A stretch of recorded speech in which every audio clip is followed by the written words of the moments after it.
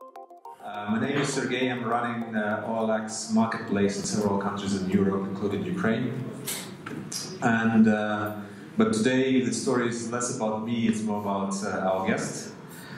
And while getting prepared to this talk, I was going through different materials and asked for some information about our guest, and I got some long text of who he actually is, and I will not read the whole sheet of paper, but let me just provide you some extract from this. Recognized expert in digital with a 20-plus year proven track record in strategy and operational digital transformation for Fortune 500 companies.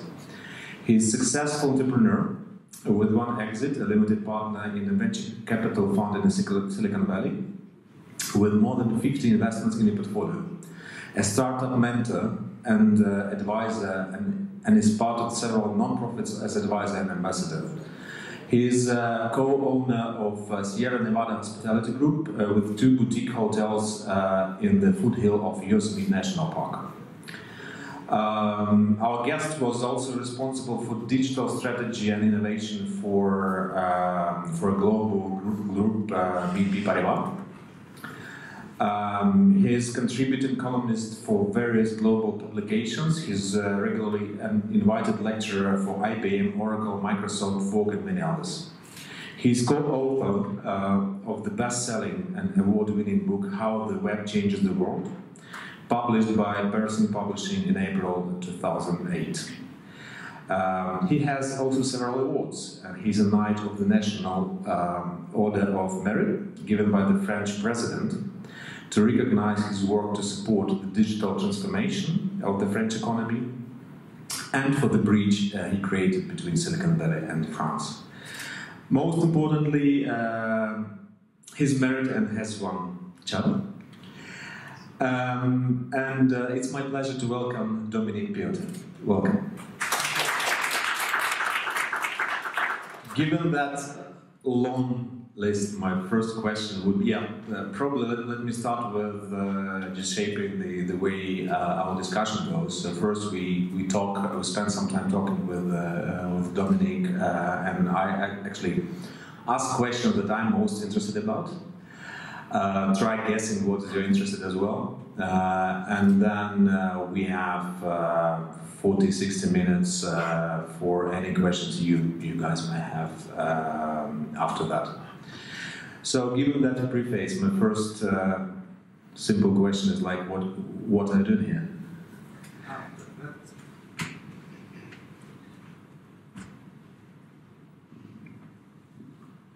That's technology. Well, that's a good one. I don't recognize myself. I mean, it's not me. It's several other people. I would love to meet that guy. It seems amazing. What am I doing here? Well, okay. You know, when you're an entrepreneur, and I guess most of you are entrepreneurs or CEOs of companies, you like challenges. You need that feeling of, ooh, it's going to be risky, and I don't know where I'm going, and it's going to be scary a little bit. You know, I mean, I sold my company, I did my earn-out period, I started doing a little bit of small projects, and I felt I needed something challenging.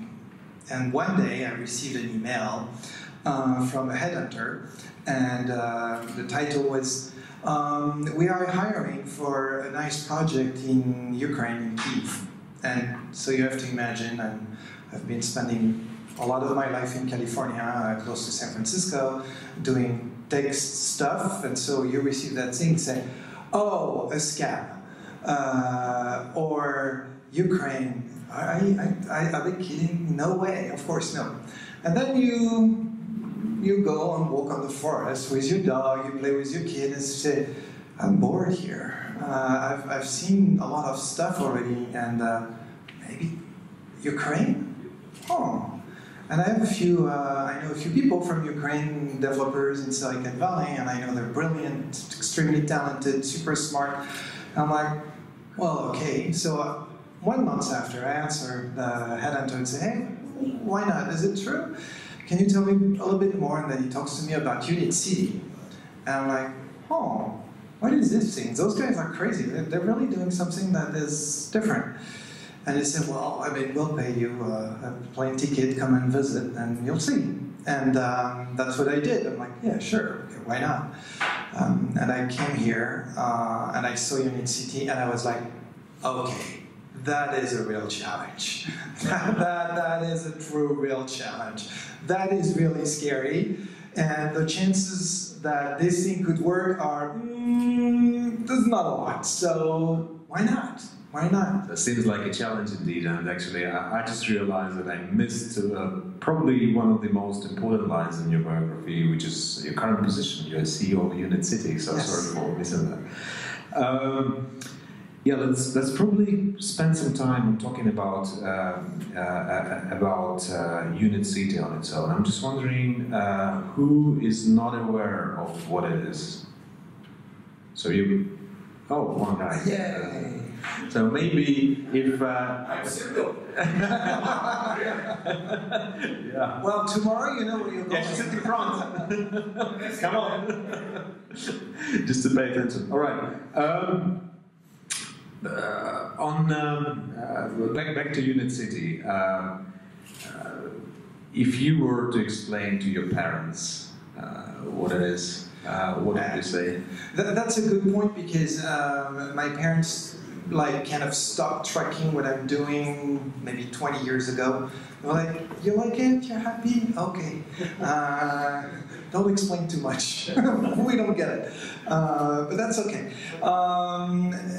Well, I mean, okay, long story short, Unit.City is a city, and it's a city, it's a smart city that is going to be, or that is dedicated to innovation. So basically that's what we're building. We're building a city in the city that is dedicated to innovation. So that seems very simple on paper. Now the execution is a little bit more complex, because basically we know the ingredients. I've been to Silicon Valley, we've been to all the innovation cluster. Miski, my boss, the main investor, has traveled extensively in all the innovation ecosystem, like me, China, Israel, France, to try to understand, okay, what do we need to create an innovation ecosystem? And pretty much we find the same ingredients all over the world. You find always education. We forget, but Silicon Valley started with Stanford. And the role of Stanford in Silicon Valley is absolutely key. I mean, without Stanford, you have nothing. And actually, we think that Silicon Valley started in the 70s and went really fast, but in fact, it's not true. Silicon Valley started and it was not Silicon Valley at that time, but in 1895 when Stanford was created. So we know we need education, we know we need strong education, we know we need talent. We know we need money, and not any type of money, but a very special type of money that likes high risk. Potential high returns, like very potential, a huge chance to lose, but that type of money that is really willing to risk on that type of ecosystem that is a very dangerous one. So let me just clarify a little bit, because you're referring to Silicon Valley, and that is interesting. So the first question on my mind related to that is that it took them more than 100 years to become what is Silicon Valley now, and hopefully your boss is not ready to wait for so long. Yes, you'd be surprised. And second one, somehow related to that, actually, what is it? Because when I was getting ready to our conversation, and I was reaching out to community, asking to help me with the questions they may have, and one of the questions I had is what is it? Is that IT project? Is that real estate project? No. Can you label it somehow? So yeah, sure. And that, to me, that's very important. That's a community project. And some people would say that's an ecosystem project. I don't like ecosystem because it's too dry, and it kind of means, oh, we have processes and stuff like that. No, it's a community project, and it's very important to us.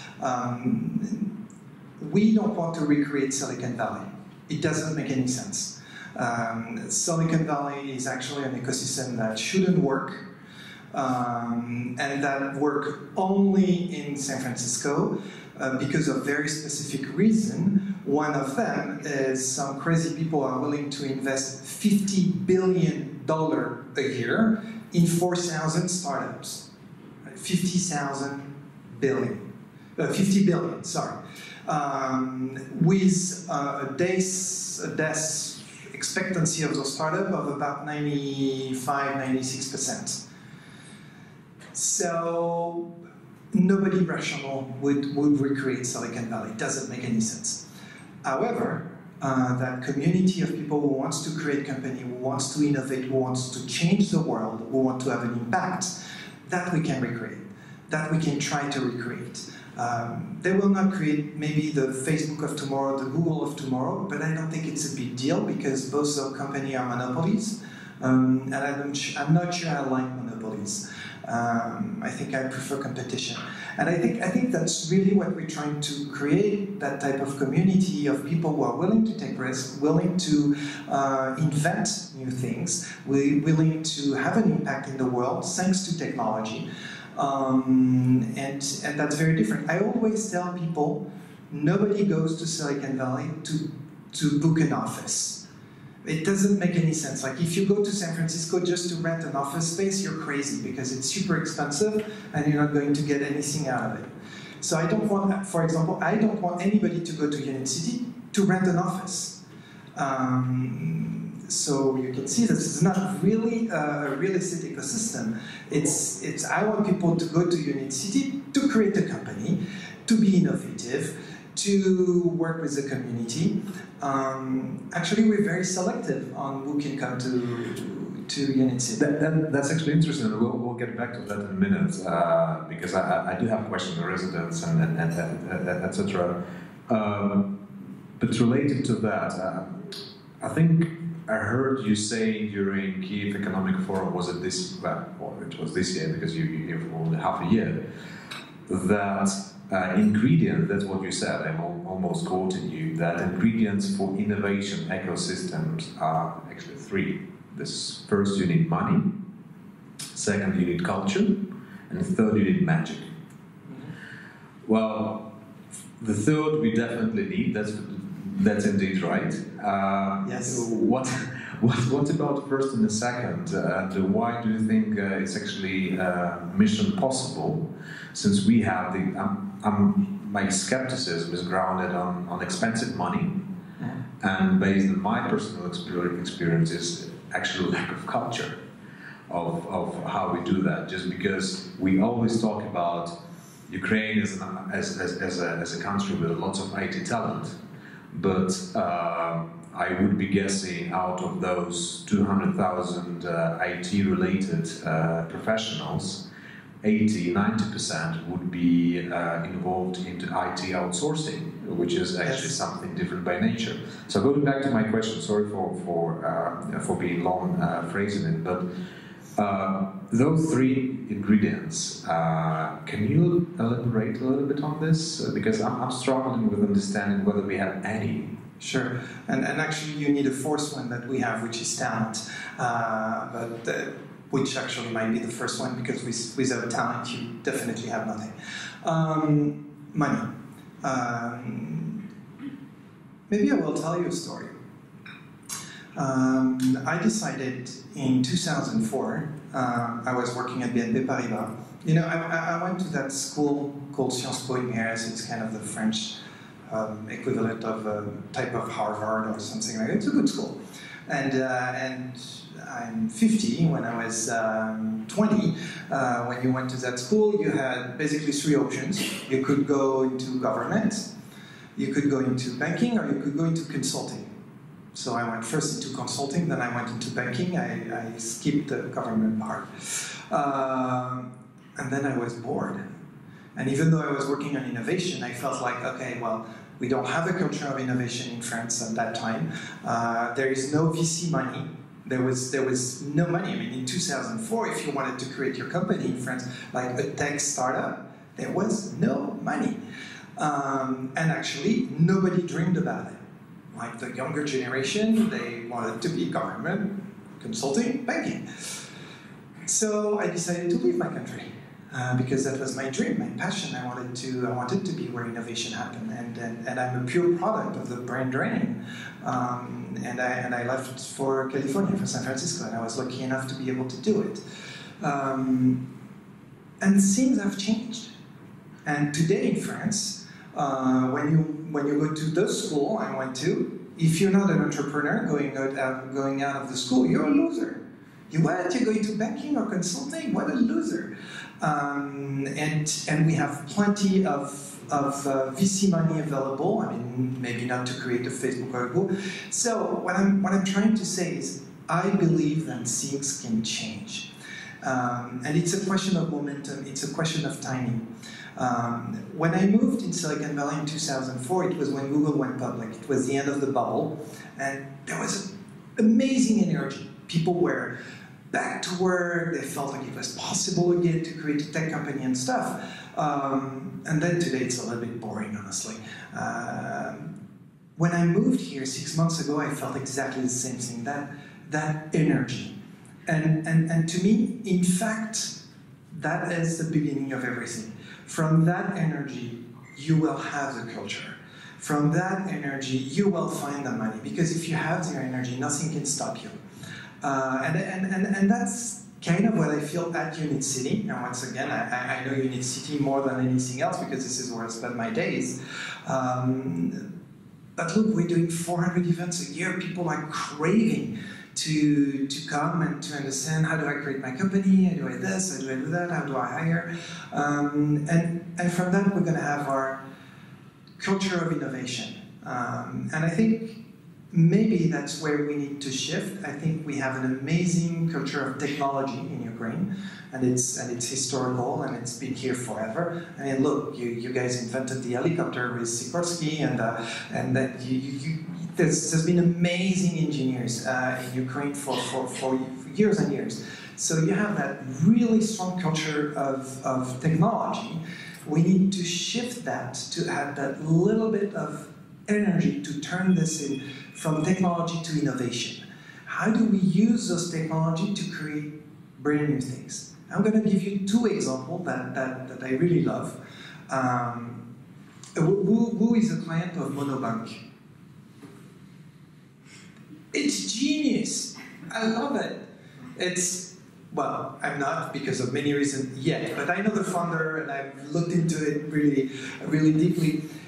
Look, to me, it's the best online banking in the world. I mean, go to the US, you're like, what? You still cannot access really your account and you don't have those cool gimmicks and stuff you have in Monobank. They still have checks, right? Both. Yes. Yeah, we still have checks in the US. Of course we still have checks. We have mostly checks. And so look, you have something like Monobank, and I'm like, I mean, it should be everywhere in the world. So, and you see, and when you speak with the founder of Monobank, this is that little thing it's not just about technology, it's about innovation. How do we do? And it's here. It's ready, and that's what I call culture. Just moving on cultural component, you spent 6-7 months here, right? 6 months. 6 months. I'm just wondering, from that mindset angle, what do you see we do have? What do you see we as business, more or less of an agent? I'm not going into that, but more like a business community. What is that we're lacking to have this closed circle, right? So from mindset component, what is missing? So and it's between us. Well, I know it's going to be everywhere, but that's okay. I would really say two things. We are missing a culture of products. We are too much in a culture of service, and I think that's linked to what we mentioned before, the fact that we do a lot of outsourcing, and we need to start to have a culture of products. We need people to want to think and build products.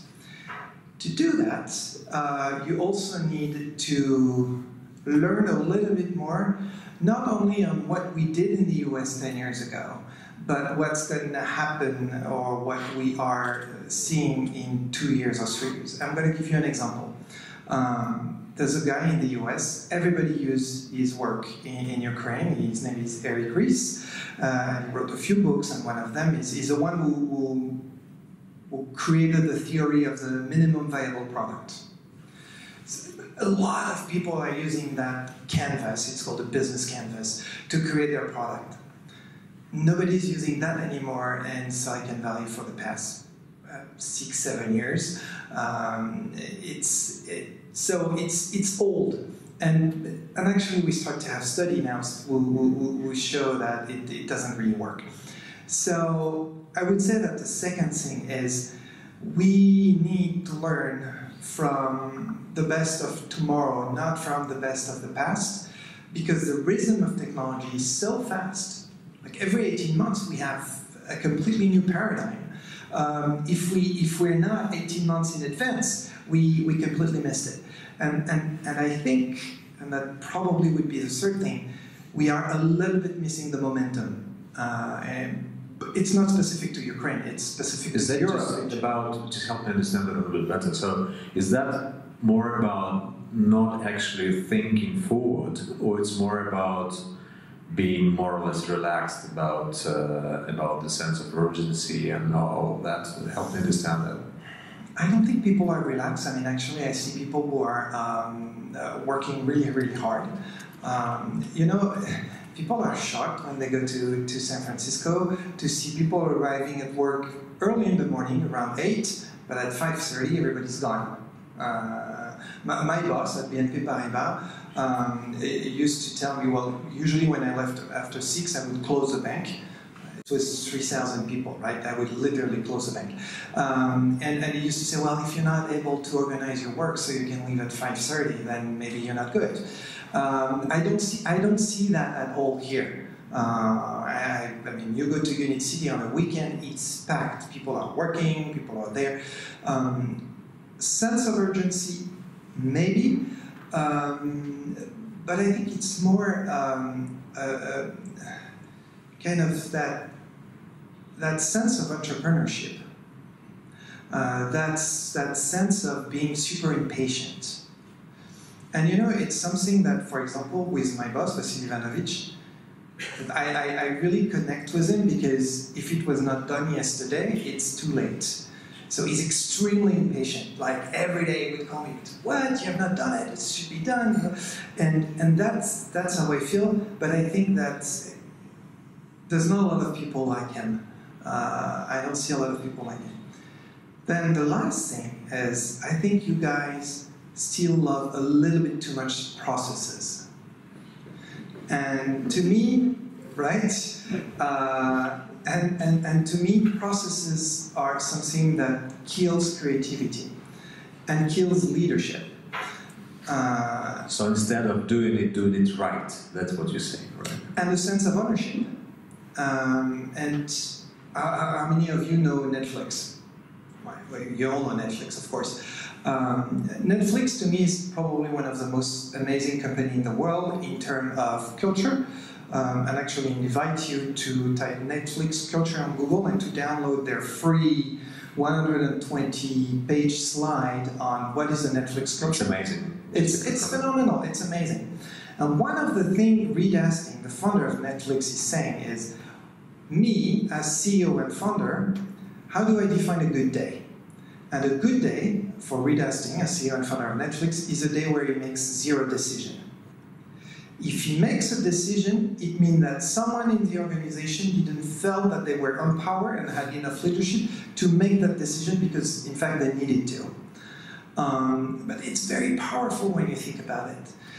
The second idea is A-class employee are creative people who wants to move fast. They hate processes. They hate bureaucracy. They hate. So what do you do when you want to scale a company and you want to keep those A-class people? And usually when you scale a company, you start to put in place processes, hiring processes, vacation policies, stuff like that. And then all you A people said, oh my God, this is boring. And I have my boss, and I have to go to this review, and I have to do those meetings and stuff. So he said, no processes at all, but a sense of complete responsibility. You own this, and you have to own this with your team. And for example, at Netflix, there's unlimited vacation. If you want to work one day a year, you can, as long as the work is done with the team. And so this is that spirit we need. It's really hard. But you don't imagine how many paper I sign every day. And I'm like, oh, really? Thank you. I hope this was not too tough. Like, you recognize what I'm saying? Doesn't seem so. Okay, thank God. Going back to practicalities, and you mentioned companies, and I mentioned residents. So let's say in 3 years from now, if you would describe the ideal state of things for Unit.City, so who those residents would be, who would you like to attract most? Who's your most wanted company, resident, type of the company, from geo perspective, from industry perspective, from DNA perspective, whatever it will take? So I'm going to give you an answer that is not completely my answer, but that is the answer that Jack Ma gave me. So as you know, we received Jack Ma at Unit.City and at the Kiev Economic Forum. I gave him a long tour of Unit.City, then I asked him a few questions. And one of them was, how do you build a community? And I don't know if you've been to Hangzhou, which is a headquarters of Alibaba. And around Alibaba, there's a huge community and ecosystem of startup, of investors, and they've really built something amazing thanks to the presence of Alibaba. And I've been several times, and it's really interesting. So Jack Ma told me, well, there's two ways of doing it. One is you can have a farm with chicken and pigs, and you're always going to have chicken and pigs. Then you can have a zoo, and where you will have the giraffe, the elephants, the zebras, and then you're going to have diversity, and then it's going to be cows. So you don't exactly know what's going to happen, but it's going to be fun, and it's going to be creative. If I may argue, so I also have a kid, and I think there are, let's say, to your point of the zoo, there are several key elements in a zoo, or call it key animals in a zoo, that if you don't have them, yes, there is no way you can take kid interested and going with you to the zoo. So yes, it's all diverse and all are different, and birds and whatever, reptiles and all different animals. But still, let's say, if you don't have an elephant, he would be less interested. I'm exaggerated, but more. You need the elephant, you need the lion, you need... Kind of. What would those be? Definitely the large big companies that make us all dream. The Google, the Facebook, and we have some of them. We have Bolt, we have Snapchat. So we already have a few of them. But we definitely want to have more of those people. Not only because they're big brands, but also everywhere they are, they give back a lot to the community. For example, Google, they have their Google for Startup, which is a great program that I would love to have in Ukraine. Facebook, they do a lot of things for startup. Microsoft was actually the company that started those programs for startup. Of course, it's about using Microsoft products, but it's also having them there. So yes, I would like to have those people. I would like to have those American companies. But I would like to have Japanese company. I'm speaking to Rakuten right now. They are in Odessa. They're not enough in Kyiv.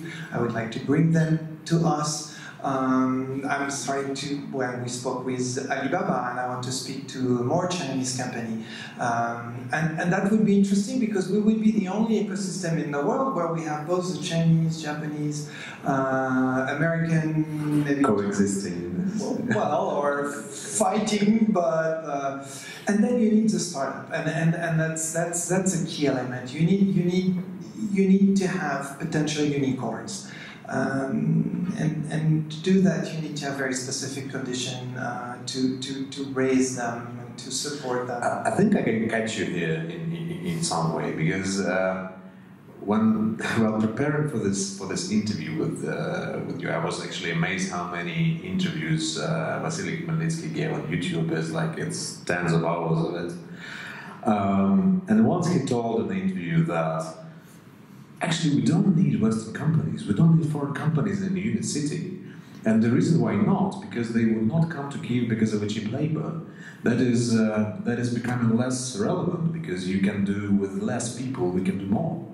So that as a competitive component, that is sort of evaporates, and we need to build our own and invite local entrepreneurs, inventors, so that we could help them, etc., etc. So I feel there is a little bit of a mismatch here. And once again, hearing that panel on Kyiv Economic Forum, there was a guy from Google, and there was a presenter of actually the guy who led the panel. And he was pushing for all the companies into Unit.City, saying, yeah, by the way, we have Unit.City, why don't you become residents? And the Google guy, sorry, I don't remember his name. Elias. Thank you, Elias. He said, yeah, but normally where we would go somewhere, we would just build a campus. We would not just, locate 50 people there and watch. We would build the campus. What would be your offering to them? What would be your offering to Google, to Facebook of this world? Whatever, Rakuten, how do you pitch for it? Build a campus. I mean, I'm serious. And actually, it's a conversation I have with another company that is in the US that is one of the GAFA, so you figure. And they're like, yeah, but we like to have our own building because we want to have our own culture and stuff. So go for it, build your building. It's fine. Why here then? Sorry? Why here? Oh, I'm going to tell you why here. And to me, it's very simple. I always say, today, Kiev and Ukraine are still some of the best kept secrets of talent gold mine all around the world. You said something that is very true. Tech talent in Ukraine are not anymore cheap, right? So that part of the story is over. Two things. Anybody who had tried to work with Indian talent, they're like, we can't deal with it anymore. It's a tough business. People who have tried to build and to do stuff with Ukrainian talent are usually extremely happy. The first thing. The second thing is they're maybe not cheap, but we have talent. And that's not the case anywhere else in the world. There's nothing. Like you go to Silicon Valley, you can't hire. Like, do you know how much a young kid with zero experience going out of Stanford, so brilliant kid going out of Stanford, make per year? About $120,000. Who can afford a kid with no experience for $120,000 talents? And he has offers from Facebook, Google, Uber, Airbnb, and it's like, and so I think we're in a very different position here. Well, you're right. Let me give you just an example that just to confirm that the world is not that black and white. That you have Silicon Valley in India. So the company I work for at the moment, we are considering opening yet another hub and thinking choosing between Warsaw and Kyiv. And sorry, I have to go. And actually, I find it difficult to find that really strong argument, despite me being Ukraine and yeah, of course we're going to make it work, to make that rational decision to open it up in Kiev, all of this private entrepreneurship with no clear way of how it's moving along with the taxes. Mostly outsourcing culture, lack of product, whilst we need product people in our company, and less so just those with the outsourcing background. What should I tell them to go to Kiev and talk to Dominic on the free space in Unit.City, if you have any? Yeah, that's another story. Look, first, I mean, I've been to Warsaw, but I don't know the ecosystem, so it's hard for me to compare. What I always tell people is, what is your vision of growth? Like, do you think moving an office or space in Ukraine or in Warsaw, where are you going to have the most potential for growing? Okay, today you need 50 people, but tomorrow you might need 5,000 people. Are you going to find them in Warsaw, or are you going to find them more easily in Kiev? And I think, to me, today I think Kiev has more potential for that growth. Now, is it just a question of location? Honestly, I think it's a really hard conversation to have. What is the best ecosystem? What is the best? I don't know. Honestly, you tell me. Do you want to move your company to Kiev or to Costa Brava in Spain? Well, there's a good chance I will tell you Costa Brava in Spain. Is it a smart decision, business-wise? I'm not sure. So you have to really look at what's going on. I mean, we have a lot of things to fix in Ukraine. I think we all know it. There's a lot of things to fix. Taxes, for sure. Rule of law, for sure. And other things. I mean, so yes, but if you're a business leader, you have to think one step ahead, and one step ahead is, where do I see the most opportunities? Do I think there is more opportunities in Poland or in Kiev today as an investor? I definitely would tell you, no, it's in Ukraine. It's probably more risky. It's probably more challenging, but where do I see opportunities? Well, it's here. It's a no-brainer for me. Wrapping up probably on the Unit.City, we might have questions later from the floor, but maybe the last question from myself for now. In the case of Unit.City, you mentioned that innovation ecosystem several times. What is missing? What do you need to build from scratch? Where you are progressing more or less normally as of now? Where are you already? You can say you're successful. But my question is more like, what is missing so that you could be confident in calling Unit.City as a proper ecosystem? I need money. We need money. Look, to me, it's simple. I mean, when you look at Station F, which is what we have in Paris, which is probably the closest thing in Europe to Unit.City, even though Unit.City is going to be 10 times bigger, hundreds of millions have been invested in Station F. I don't have hundreds of millions. And if I go to the market, I borrow for 15%, 20%. I mean, it doesn't make sense. So we have to go try find money abroad, or European Investment Bank, foreign investors, and they're all like, oh my God, Ukraine, corruption, Crimea, Chernobyl, 1, 2, 3C, you know. I'm like, guys, so we have to tell a story, we have to reinsure them, and so we have basically to sell the country. So it's tough, and we need money. We need money at a reasonable rate to build Unit.City, but also to create a fund for our startup, so they can be financed. I mean, it's as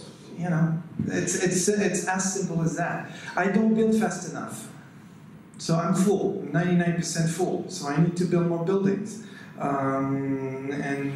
But in 2020, I will only open one building where I should be normally opening 5 or 6. But we need funding. And that's actually a good bridge to the next topic I wanted to cover. That I'm a bit afraid of that word, but relationship with the state. I mean, I read news. The president of Ukraine and the prime minister visited Unit.City. Was it last week? I think Friday. Friday, yeah. So, do we need any relations at all with the state to do that? What you just mentioned, just because actually you're rather than pitching for Unit.City, you're first and foremost pitching for Ukraine, saying yes. Like, hey guys, this is like the space, and here is the happy island in that space. But do you need any governmental support? And maybe, if to rephrase that question, how that works outside of Ukraine? So how that worked in France, where the place where you come from and that you know that well? So yes, we need support from the government. Actually, yesterday I signed with the Minister of Education an agreement to support each other in our effort around education. And I need the government to support me because I need the label of the government. I need to help the government. The government needs to help me. We were super happy to have the Prime Minister and the President actually. Minister Fedorov, in charge of digital transformation of the country, is almost every week at Unit.City. I told him, well, you should take an office here, it would be easier for you. So we need to work together. We need to tell the story. However, for us, as Unit.City, we want to stay independent. We don't want government money. We want to stay independent. It's important for us because we don't want to feel that we are an object. And that's always a problem when you work closely with the government, and it's normal. The government wants to use you for its own intent, and we don't like that because we're independent people. However, we really want to support. I think what I see today, the effort on digitalization, the effort on education around digitalization, are honestly amazing, and when we see what has been done in Estonia, for example, around that, is really something that could really turn a country around. So we're here to support that as much as we can. Do we need the government? Not every day, but we need the government to help us tell the story of Ukraine being a good place to invest. This is what we did in Davos. We supported the Ukraine House in Davos. I sponsored it. I went to Davos. Half of the government was in Davos, and I think it's important. Cool. Now, probably a bit of a provocative question to you as an entrepreneur, as you mentioned. Are you actually the investor in Unit.City or not? So the answer is yes, in my own way.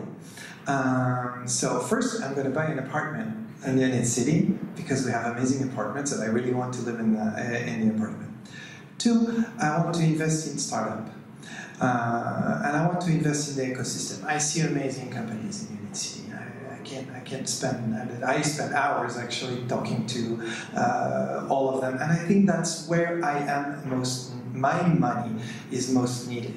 I don't, honestly, I'm not at the level of wealth of Vasily Ivanovich Khmelnytsky by far. So, do I need to invest with him? It's going to be like a drop of water in the system. However, my knowledge, my competences, the fact that I know Silicon Valley, if I can invest in startup, then I can have an impact. You know, when we invest, as an investor, I think what is important is what impact can we have. It's not just the money, it's really how can you help the entrepreneur, can you support the, and actually this is where that money is what I call smart money. So if I invest, I want to invest in a smart way. I want to do that smart money thing. Once again, when I listen to Vasily Ivanovich, as you call him, he several times stated that he's now most interested in investing into what he calls high impact but still profitable business.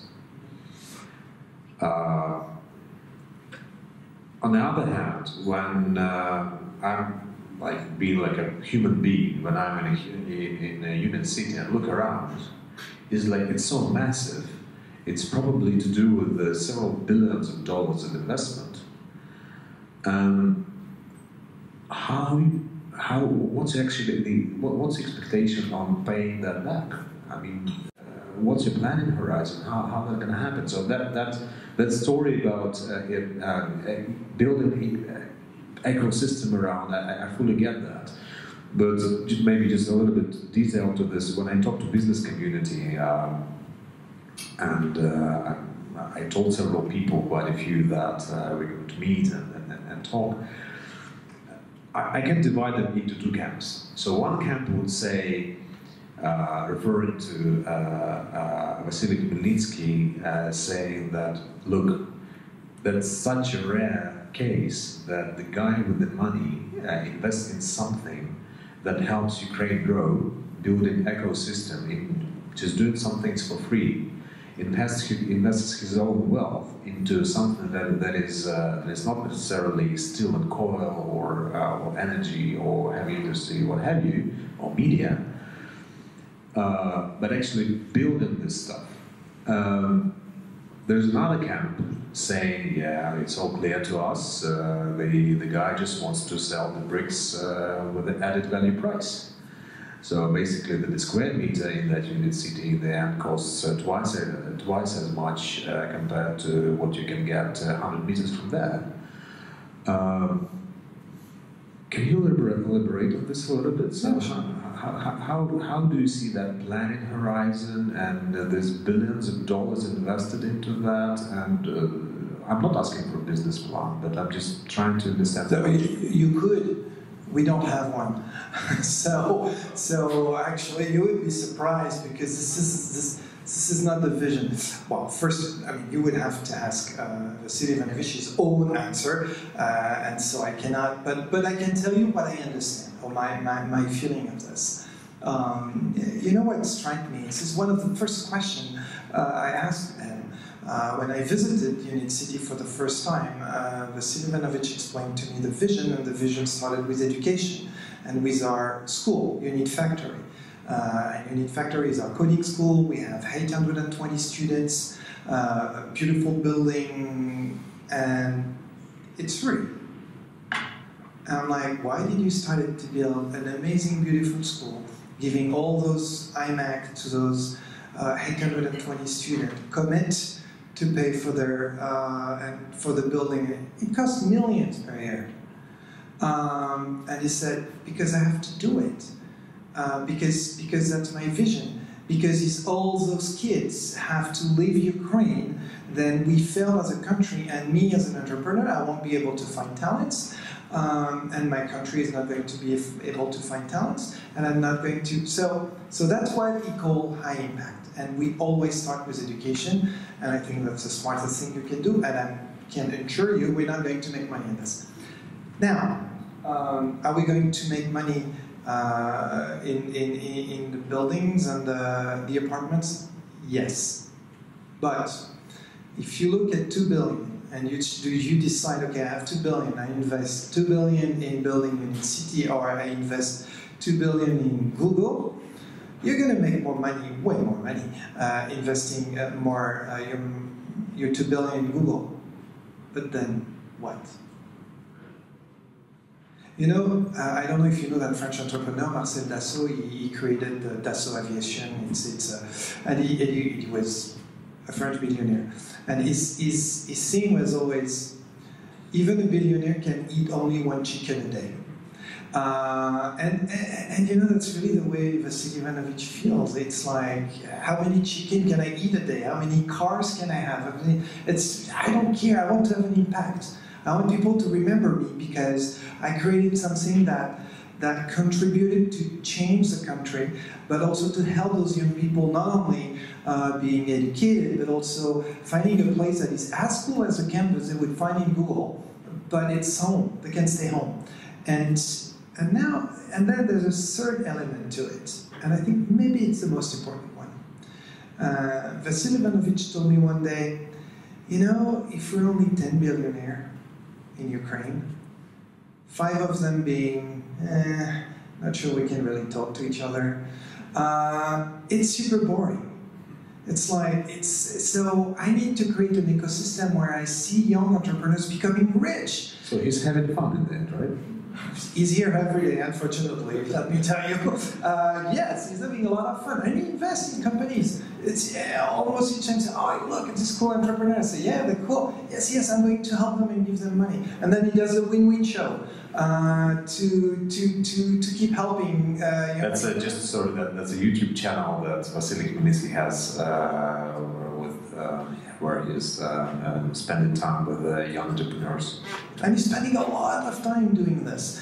And you know, I think that's why we do what we do. It's we do what we do to have an impact, to help each other, to support our community, to support.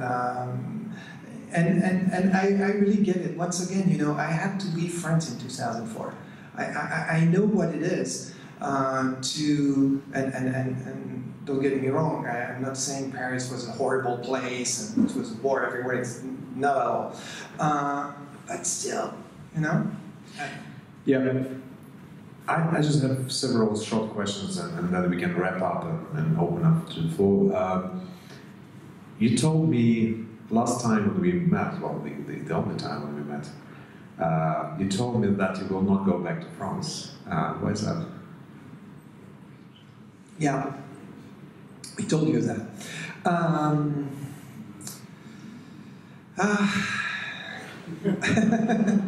No, you know, it's actually, I think, when you experiment other culture, sometimes, and when you put some distance, I can't stand the French spirit of being on strike all the time and complaining all the time when we have this amazing social system where you have an employment forever, where you have an amazing social security, when you have one of the most generous retirement plans in the world, and people are still complaining, and people are staying on the street. And it's like, I can't deal with it. Someone told me one day when I moved to San Francisco, was like talking about Paris, and he said, "How is the museum going?" Talking about Paris, like if Paris was just an amazing, beautiful museum. And that's kind of my feeling. I think it's one of the most beautiful cities in the world. I love it. I love visiting. My parents live in Paris. I'm French. My husband is French. My kid is French. But, you know, we have dual citizenship, and if I had to move somewhere, I think I would move either to Spain, where at least we have sun, and it's fun, and it's cool, or I would move back to the US. Don't get me wrong, I don't think the US is perfect, by far. We have an amazing president, as you know. We have no retirement at all. We have, if you're sick, good luck. So, you know, I'm not saying it's an ideal country by any means, but I'm afraid France is old and not able to find the energy to reinvent itself. At the end of the day, I really think it's a question of energy for me. It's where do I find the energy to and because I'm probably sensitive to that, I absorb it. When people complain around me, I'm like, oh, and I start doing that. When people want to create stuff, it's a conversation we have all the time within the team. How do you survive here? I'm just wondering. I fight. I mean, it's interesting. I mean, Sophia, who works with me, can say it. In meeting when people start fighting, it's like, oh no. This is not the type of culture we have in this company. No complaining. I don't tolerate that. Give me a little bit of perspective of you landed here. So you as an expat, what you love, or let's say 2 or 3 things you love about Ukraine and you hate about it. Just give us a little bit of your lens, how you look at Kyiv. Well, the first thing I hate is people lied to me. They told me we're going to have an amazing winter with snow and it's going to be phenomenal. And coming from California, I was looking forward to it, and global warming, right? I hate the traffic in Kiev, but who doesn't? But move to LA and you will... I don't know if you noticed, but everybody who lives in the city complain about the traffic. Even if it's a small town and you take 2 more minutes, like, oh, traffic is horrible. No, look, the quality of life here is amazing. I know I live a little bit in a bubble, so I'm very aware of that, but I love the food, I love the city, I love the... I have the feeling, and I might be completely wrong, but I have a sort of a feeling that it's Berlin after the wall, you know? It's like there's this energy, those artists everywhere, those musicians. I met that guy, I know you know him, I didn't, Ivan Dorn. And I know it's controversial because of his controversial, whatever. But that guy created a label, Masterskaya, which is amazing, and he's teaching to kids how to play music, and he's investing in... I'm like, this is so cool. I don't see that anywhere else yet or anymore. So that's what I love about Kyiv. Tell us bad things. I don't like. Tell us naked truth. What is bad? What you don't like? It's a little bit. I mean, the language is really tough for me. Plus the fact that nobody can decide if I need to learn Russian or Ukrainian, which is no. But seriously, it's a nightmare, guys. You have to fix this thing because I'm learning Ukrainian, but everybody speaks Russian. But everybody explains to me that it's good that you're learning Ukrainian. But I go to meetings like with my boss and my team, and everybody speaks Russian. I'm like, why do you want me to learn Ukrainian? Because so please fix it. That's annoying, really annoying. On top of that, it's hard. It's really tough. The second thing is really that story about processes and me signing paper all day long. It's kind of, I feel like we're still in the Soviet era, even though we don't want to be in a Soviet era, but we kind of still in, but that's, and honestly, guys, sometimes I arrive in the morning and I have stacks like this of paper. I'm like, okay, Jesus, so I sign. And then I arrive the following morning and I have a stack that big of paper, and I'm like, come on, I just signed all those contracts. Yeah, but electronic, please. Thank you, Dominic. Should we go around the applause?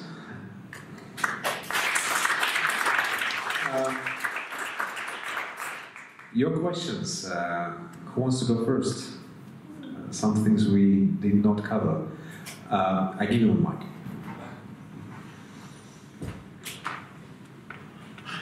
First of all, I'm very sorry, because it was a big moment, that moment when you asked concerning who don't know about the smart city. Some people understand it, who knows? Okay. Yeah. I know Vasily Khmelnytsky from 1990s, maybe one here who knows him 30 years. And I saw his evolution from that time and today. It's two different bands. Yes. But what I think. He looks the same. But mentality and his character changing, his habits, everything. And he's really a man who will leave the footprint in history of not only the city of the Ukraine. And I know that he's involved in many projects, and my questions to you, do you know the project, his project Technopark in Belets? And are you involved in this project integrated into your project or not? If yes, please tell something about that. So no, I'm not involved at all, and actually I try really to, and Vasily Ivanovich really asked me to focus on Unit.City and on Unit.City in Kyiv. We have a Unit.City in Kharkiv, and we will have a Unit.City in Lviv. Kharkiv, it's already open, soft open, but it's going to be a hard opening very soon. The building is beautiful. If you go to Kharkiv, you have to see it. And in Kharkiv, we started with Unit Factory, our coding school. We already have 120 students there. But I will tell you a story about Vasily Ivanovich that is fascinating to me, absolutely, because I've never seen anybody do that. Every morning, from 8:30 to 10:30, all the manager, except me because of the Russian thing, all the manager of the company, it's about 52 people, they go to classes, including Vasily Ivanovich. Classes about management, about history, about philosophy, about and you mentioned a guy that has changed, but I'm seeing a guy that is continuing to change, but is bringing his team with him, and I think it's amazing. And one Saturday a month, everybody has an exam, including Vasily Ivanovich. And I think, you know, to me, it's extremely inspiring. I'm super proud to be part of a team like that. Except that I see all my managers arriving at 10:45 every morning. I'm like, oh, okay, again, education, like every day. Aren't you empowered to change that? No. I have no say on a few things like education. It's mandatory. Ah, sorry, and it is not an option. They have to go to class every morning at 8:30.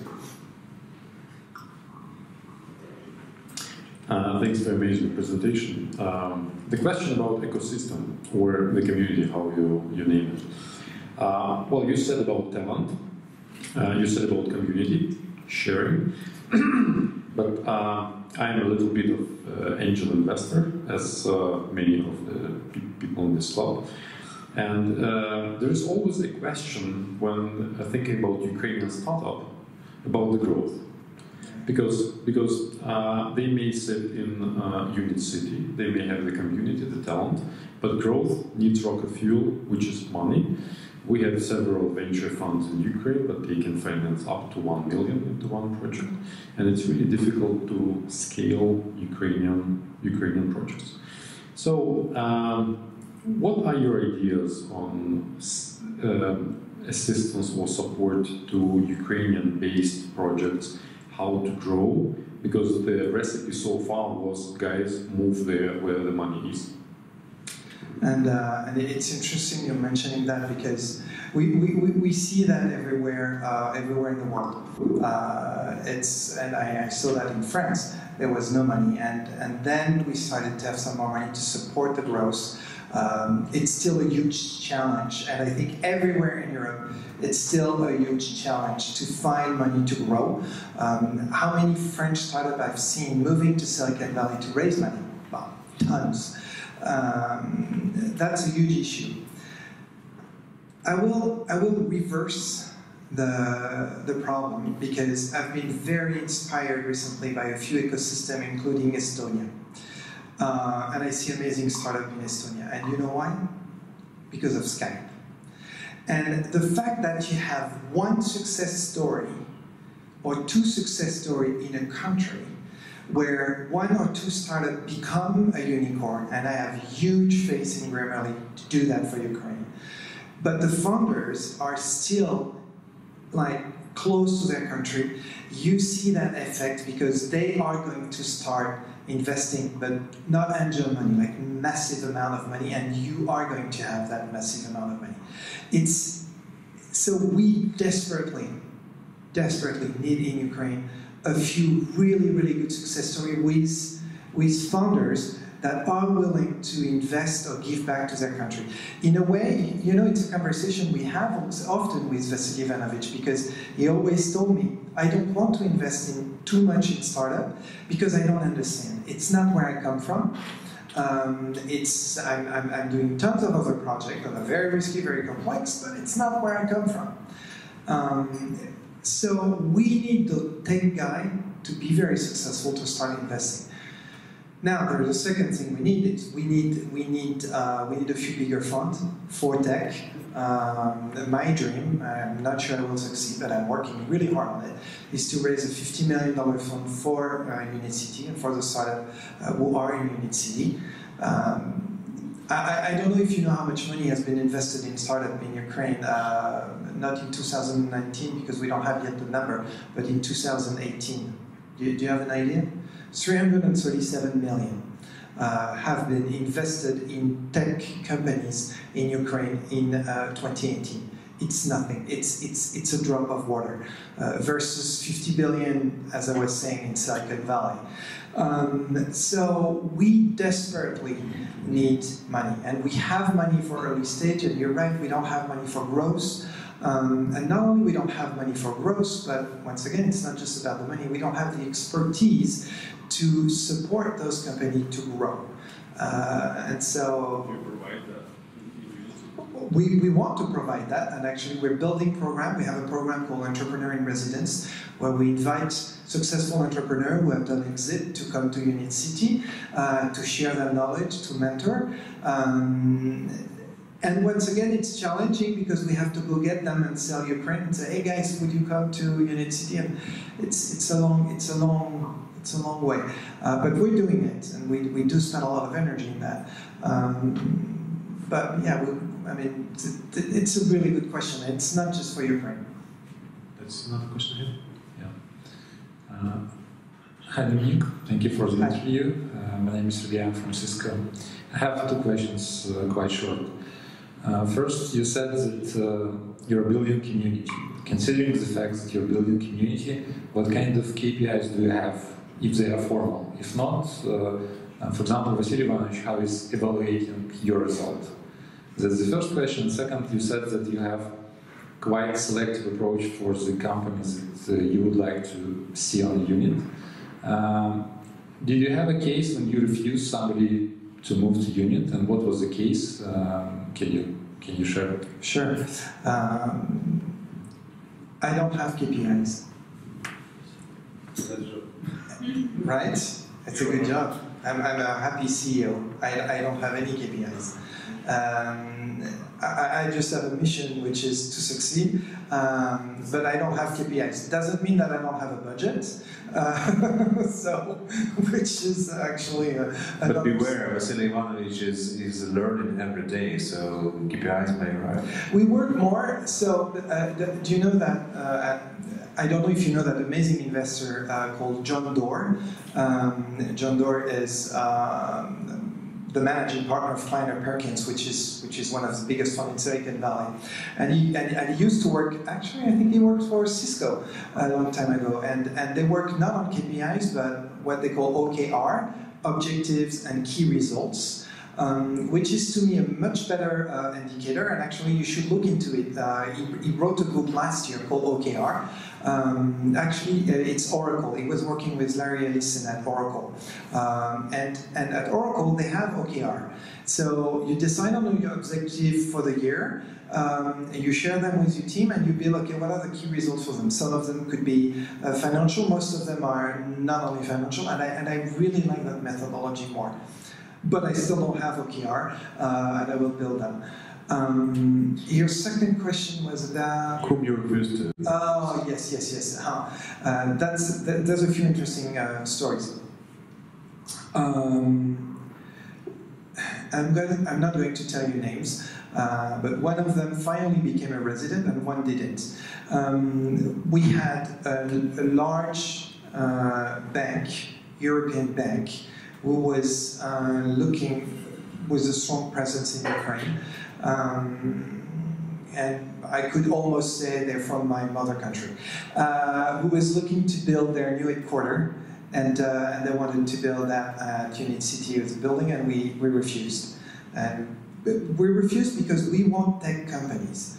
We want tech companies, innovative companies, or the innovation department of a non-tech company. Then we have another example, and they are resident of Unit.City. It's DTech, and the CEO of DTech came to us before me and said, "I want to build my headquarters," and we said no. And then he came back. He said, "No, but I have the money. I mean, I really have the money. I want to build my headquarters. Well, why do you refuse my money?" And we said, "No, we don't want you. It's not that we don't like you, but you're not." Then finally he said, "Okay, but what if I bring my innovation team and my training team, and you would have the DTech Academy. And then said, okay, let's discuss, and we said yes.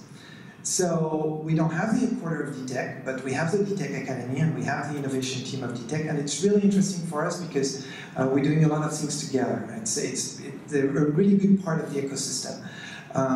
But basically, that's who we are. That's who we want. And ultimately, Vasil Ivanovich and myself make the decision of do we want that company, do we don't want that company. Maybe just to add to that, for everyone who's not aware of OKRs, I would suggest you get to know this. And the key difference between KPIs and OKRs is that, well, there are many, but let's say one of the key differences is that with the OKRs, the goal for OKRs is for you to aim high, to think big, and it's okay not to achieve 100% in a certain dimension. That's just fine, as long as you just aim to 100 and you deliver 30, it's way better than you have KPI of 10 and end up with 9. So that's the way we work. And actually, it's suspicious if you reach your goal in terms of OKR. It means that you were not thinking big enough, and it's really a spirit I like. There was a question from. Yeah, good evening, sir. Thanks for coming. First of all, I just wanted to touch the topic of the bureaucracy that you've talked about, right? And currently I'm taking part in a small local project, which is basically a startup. We've got zero capital, and what we're trying to solve is to help the startups that are similar to us. So basically we're trying to create a platform for startups for them to basically find talent in the fastest possible way and assess and analyze all the possible talents in a much faster way. Basically it's minimizing the bureaucracy process that is currently present in Ukraine as well in huge HR platforms such as Robot.ua and Work.ua and so on. So we're trying to make the CVs look as interactive as possible and basically include smart cards and include their GitHub links and so on and so on. But the main basically solution for the startups that we're looking for is basically helping them to attract people who are not really interested in materialistic. Sorry, can you speed up a little bit? I know, I'm leading to the question, I know, I'm sorry for taking this long. Basically, you've had a huge experience with incubators, right? Unit.City in itself is an incubator, so I just wanted to ask you, how do you hire the specialists out there? How do you motivate them? You told them that you're looking for people who are motivated by a pure desire to change something. And currently it's hard for startups to find people that are really talented, but you can't really pay them because you've got no capital. And you basically, either you need to give up a chunk of your stock to them or attract them and sign a kind of like a future contract and so on and so on. So what we're trying to do, I know you're probably aware of Upwork and Hired and AngelList. So we're trying to make a mixture of all of them. And currently it's pretty hard, even like for us, we're a team of 8, and for us to find a cool CFO or, I don't know, a cool business analyst that knows how to deal with things like balance sheets, income flow, like all this, you know, things for venture capitalists. So, you know, it's always a tough question. How do you hire talent when you don't have money? So basically, you're selling them the dream, and the dream is probably the dream of a startup that is going to fail, because most startups do. I don't wish that for you. I'm sure you're going to be super successful. However, there's a risk. You know, it's part of the culture. If people are not ready, okay, I'm going to tell you a story, actually, because it's a story that Vasil Ivanovich told me, and that's something he asked when he tried to hire people. He didn't ask me that question, but actually I love that question. Okay, imagine I'm Vasil Ivanovich and I'm trying to hire you. And then I say, well, imagine I'm Jack Ma. I think working for Alibaba is a good thing. And Jack Ma asked you, what should you be paid? And the answer of Vasil Ivanovich is, how much should I pay you to work for Alibaba? because I'm going to learn so much. And I think I really like that spirit. It's controversial. We could discuss this. But you know what I mean? It's like, and if people are not willing to do this, oh, maybe they're not a right fit for a startup, and maybe they should work for a big corporation where they're going to have a nice salary and a safe career. So you have to find that kind of entrepreneurial spirit where people are willing to give up on salary to support the dream and to be part of it. And this is where you're going to have really engaged people. And I think it is in the startup world, this is what you need. I don't see that often here. I really don't see that often here. But I also don't see a lot of entrepreneurs who are really ready to give up some of their stock to share with their employee. And it's a little bit bad.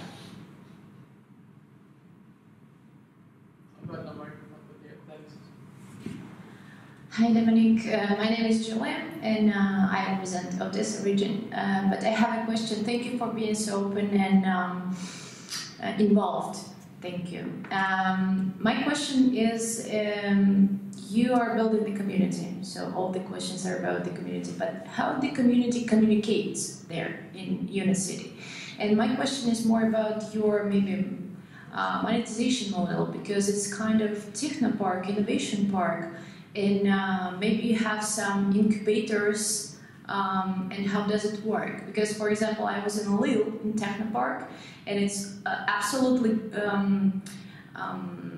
paid by and supported by government, local government, and it's kind of incubator, and they attract international companies to grow there, and they help them and they educate them, not only about the technology, but about the growth. That was the question as well. The growth, the marketing, the sales, business development, because this is the lack we have in Ukraine, the most important part for our startups. What do you do for in this? So we do pretty much all of that. We have in Unit.City we already have 4 incubators, 4 accelerators. We have 4 funds to invest in companies. We have schools, especially the Unit School of Business, which is really our business school where we teach mostly SMEs and people who want to create startup, the basic. We don't make a lot of money out of that, or we make nothing out of that. But once again, it's our investment in the community, and we think if we don't have those ingredients, and if we don't teach people how to create their company, accelerate them, incubate them, it's not going to work. So we have all those programs. If you don't have that, then you don't provide anything. But once again, for us, the business model is not the first thing. I mean, of course, we need to pay salaries at the end of the month, and of course, people are paying rent, but we're not doing that for that. It's really not our spirit. We you know, in everything we do, we believe that there's a critical mass. This thing is going to work when we will have 20,000 people. Today we only have 3,000 people on the campus every day. We need 20,000 people on the campus every day to have the critical mass where this is going to work, where people are going to do business together. 67% of the companies that are in Unit.City have a project together with other companies. So it's you know, it's working in there, and we track that actually. Now, how do people communicate together? Oh my God, it's tough. So we have a Facebook group about the resident, and you should see what we get. It's not fun every day, right? The food is not good, and I always say if people complain about the food, it's a good sign, and it's because they don't complain about other stuff or the parking. You know, but yeah, that's, and we do a lot of events. We have already 400 events every year at Unit.City. Last year we had 80,000 people from 60 countries visiting. I mean, it's starting to be massive, but it's a question of scale. I think we still have time for one question, if there is any. You have some kind of a competition from co-working places. I love it. You love co-working, or you love I love competition? both. Yeah, and if we look at how much space they now offer, and they are exponentially growing, and they are onboarding companies of different sizes. So how you see the evolution of this landscape? Yeah, because you are scaling too slow to compete with them, and the city is pretty big. For example, I love Unit.City. Yeah, I even have one startup which I invested, which is a resident, but I hate driving there from the other side of the city. Well, okay. So first, we see a lot of co-working space. Okay. So there's two things. First, we have to stop thinking about co-working space as a WeWork business model that is not working. So I personally don't think the co-working space is a business model that is going to work. It's based on the gym membership thing. For it to work, to really work, you need to have much more members and seats. And this is the idea of a co-working space. You have 100 seats, you need to have 200 members to start making money, because if it's less than that, the price of a seat is too high. I'm super happy to have a lot of co-working space. I think there's a huge market for that. When you look at the numbers in the US, 40% of what we call the knowledge worker are going to be freelance by 2022 or 2023. So we see a huge pattern of people, and it's about the future of work. More and more people don't want to have necessarily a regular job, or will not actually find a regular job, and are going to be consultant, freelancer, etc. 40% in the US by 2022. So co-working space is a commodity for those people, and something that is needed because we work differently. And we work differently, and actually I'm more worried about people building building for big companies. I'm more worried for them than us building co-working space. So, I welcome the competition. I think it's cool, actually. Some of those co-working space, I love them. I'm friend with the people who are doing Productive, the guys from Borsa. I think Productive is really cool. It's a really nice place. I really like Lift 99. So I think that they have an amazing event. Actually, they're Estonians, and it's cool. There's plenty of cool space. But look, a CEO club, right? What is it? It's a co-working space for CEOs. It's great. It's amazing. You guys can come here, work, be with your community, meet your friends, do business together, and I'm sure you love it and you're ready to pay for it. So I think it's really the new way of working. We cannot keep working the way we used to work, and so co-working space is a necessity. So we want more of that. Should we thank Dominic for coming today? Thank you very much. Thank you, guys. It's a pleasure.